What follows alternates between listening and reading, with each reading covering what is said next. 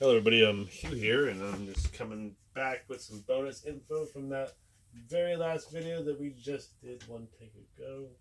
Anyways, this is very relevant. If you have the book, 7 Letters, 12 Sounds, Comprehensive Visual Approach to the Western Musical System, and Theory Handbook for the New School of Music by me, Hugh, then you can follow along. If not, this is important because this is part of it. It's not really relevant to the beginning stages, but if you already know about the staff and you want to use the book and understand what's being laid out here, essentially you'll have your bass and your treble clef, right? And if we're going to be using different scales, which is what this book is all about, it's organizing all of the different permutations of Western musical system into different scales and key signatures. We're going to be able to identify them, quickly with like two sharps or two flats or no sharps or flats, or like I want seven flats, or why not just five sharps? I don't know. But the point is, quick thinking and organization is going to allow you to understand this stuff and bring it to the surface quickly. All right, but you are going to have to understand a little bit. Last video we talked about lines and spaces. Right? If my face was a note head, I would be a space. I'd be in a space note, be a line note. Okay, little lines is like a ledger line, I'm saying. And then on top of the line is a space and space. Okay, that's a good review for the last video that you just saw. Other necessary information, if you don't already know, sharps right here. You may know it as a tic-tac-toe game board, or like a hashtag or a pound sign, depending on what's relevant to you. And this lowercase looking B, not really a lowercase looking B, this is a flat symbol. Sharps go up, one semitone, and flats go down, one semitone or one half step. We'll get into that later, it's not important. But the symbols are obviously very different, right?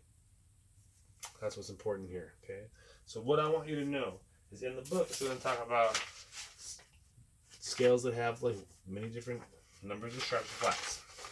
Okay, so what I want you to be able to see here, do my best to show you, is we got one sharp showing right there, right? I got two sharps showing. I got three sharps showing. Four sharps attempted to show. You get the idea, right? Five sharps are showing. Okay.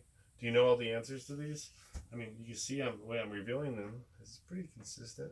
And seven sharps. Same thing with flats, right? You have one flat, or two flats, or three flats, or four flats, or five flats, or six flats, or seven flats. With my friends in the band that I like to play with, for fun, for joy, I just tell them five sharps or one flat, and they know which ones to use, right? So when you start your tonic off of any given scale, any given note, you're gonna want to adhere to the whole, half, whole, half formula to make a major scale. And the result of that is going to be this. If you start on different scales, different tonics, it's going to give you different results. Okay, so what you need to know for this is that you can have up to seven sharps and you can have up to seven flats. There are some that are inharmonic equivalents. We'll get into that when the time comes up. But I just want you to understand that you can predict these things with some basic theory. Okay, so down here, see my chart? I have a chart with sharps. And I have the same chart with flats. Okay, so let me ask you something, guys. If a key has one sharp, what do you think it is? Well, you can look. It's the same answer. But I want you to know down here, if it has one sharp, guys, it's F sharp. Okay, so in the key of G, you have one sharp. Okay, what about if a song had, like a scale had three flats? What do you think they are? You know what they are? You got it. B flat, E flat, A flat. Okay, so this system here, this device, if you write this out, if I wrote it right, and you write it out too, you're going to be able to predict what notes are in the scale, right? So if I start on an A major, an A note, and I go whole, half, whole, half, you're going to be able to, there's three sharps, right? So I tell my friends, let's play the A major. And they're like, I don't know which note's the sharp. Well, it's the first three. So F sharp, C sharp, G sharp. You can go through the work, and you probably should go through the work to know it the other way, but you should drill yourself also to understand this. And if you can't understand it in conversation quickly like this, you might want to go back and just kind of give it another listen, because there is a lot of sound logic to it. Okay, so we'll talk more about this in a deeper fashion later when the time is right. But that time is not now. All right, guys, you have a good day. We're going to add it to the last video. Take care.